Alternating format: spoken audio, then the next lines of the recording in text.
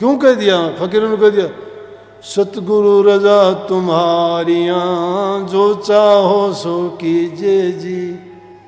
कि मालिक तेरी रजा है, तेरा हुक्म, जो तेरी मर्जी होकर भला करे तो मेरा क्या घसेगा, बुरा करेगा तो मेरा क्या घटेगा, राज दिलाएगा तो मेरी क्या बढ़ाई है, और अगर भिखारी बनाएगा तो मेरा कुछ जाता नहीं है।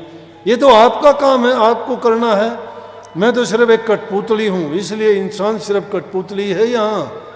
लेकिन अपनी मर्जी से काम कर करा के अपने जीवन को बिगाड़ के ना मालिक को दोष दो ना गुरु को दो। कई बार मैंने देखे ऐसे आदमी बोला, जी मैं नाम छोड़ दूंगा ही भी।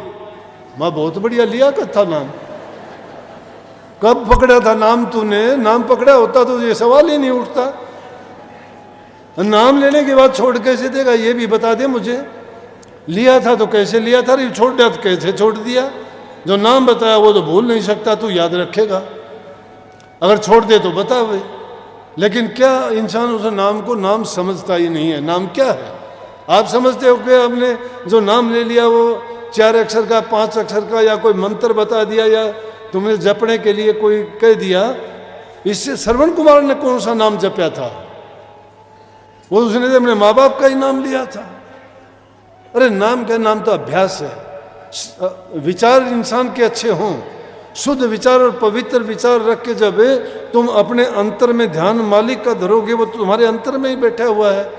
इन संतों ने कोई ग्रंथ पढ़ा था कि इनको कोई और बताने वाला, समझाने वाला आया था? अंतर में झांक के अंतर की वृत्तियों को एकाग्र करके उन्होंने उस मालिक को पहचाना था। वो सब के अंदर बैठा हुआ है। सब में ज्योत ज्योत है सोए, जिसके कारण सब में चांदन होए। वो ज्योति सब के अंदर प्रकाशमान है। कही है ना कि सतगुरु ने मुझे वो ऐसा दीपक दिया है जो स्वयं प्रकाशित है। दिव्य देश के सतगुरु वासी दीपक दीना स्वयं प्रकाशी घट घट आप समाया।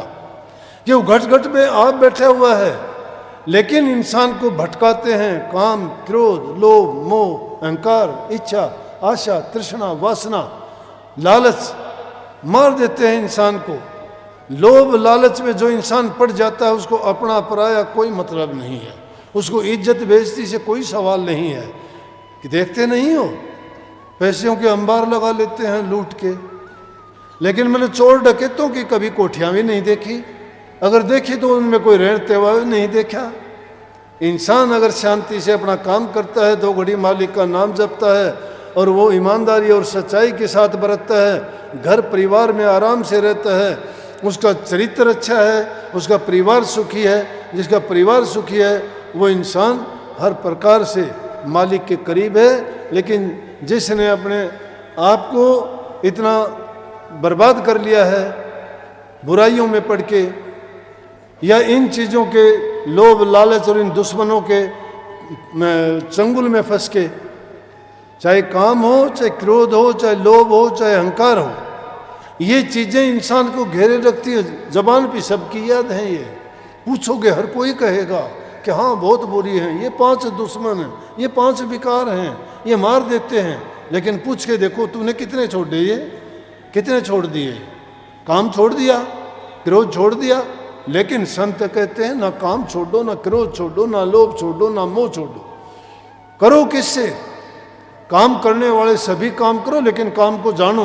काम काम सब कोई कहे, काम न चीन्या कोय, जितनी मन की कल्पना काम कहावे सोए। जितने मन में कल्पना है, काम का छोटा मायने में ना सोचो, कितनी कल्पनाएं हैं। तो उन कल्पनाओं को जब तक नहीं त्यागते, कल्पनाएं तो मन में बसी रहती हैं, उसमें फिर प्रभु का एक ही है।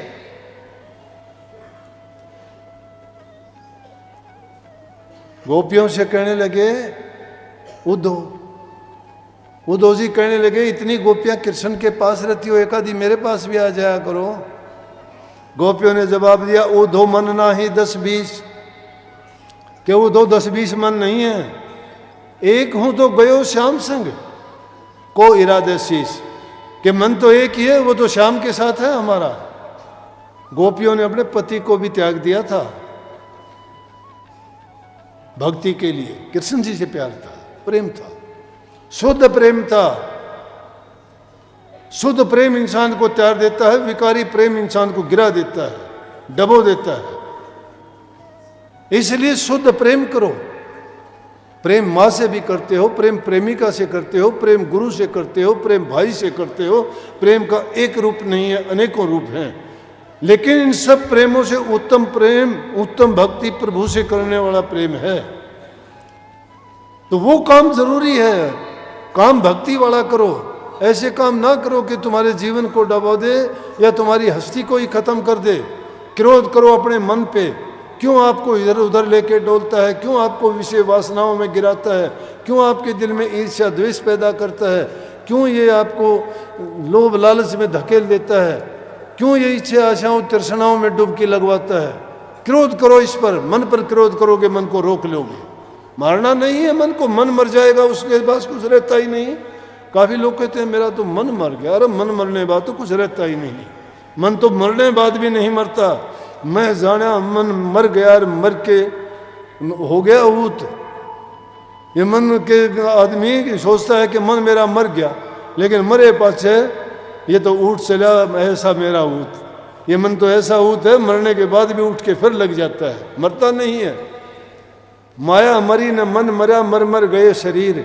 दास कबीरा यूं कहे, मन नहीं धारो धीर। मन में धीर नहीं धारते हो।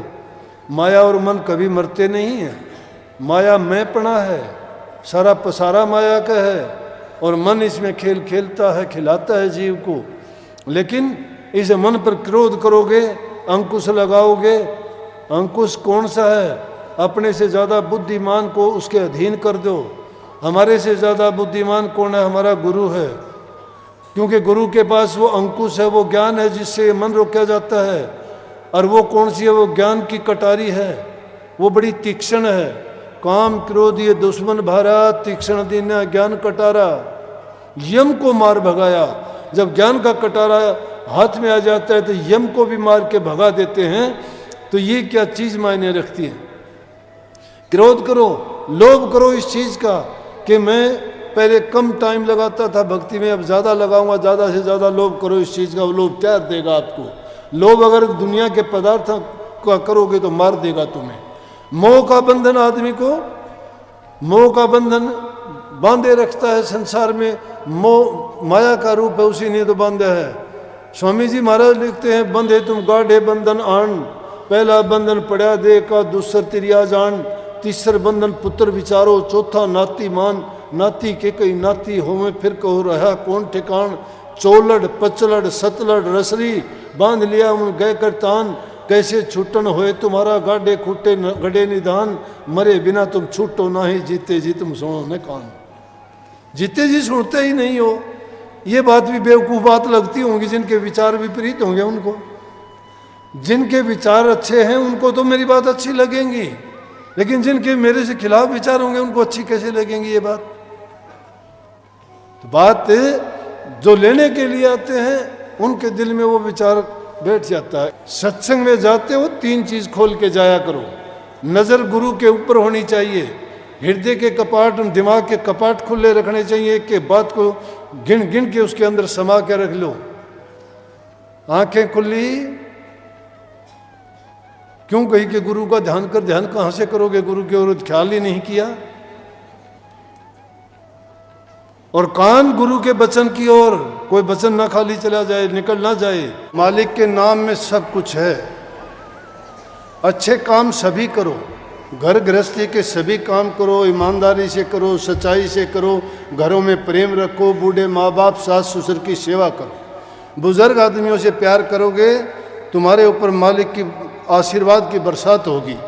लेकिन अगर किसी तुमने बुजुर्ग माँ बाप सास ससुर या किसी का भी दिल दुखाओगे न, बख्शे नहीं जाओगे। यह बात नोट कर लेना। अगर तुम किसी का बुरा करोगे, वो अगर तुम्हें उल्ट के जवाब नहीं देता है, तुम बख्शे नहीं जाओगे।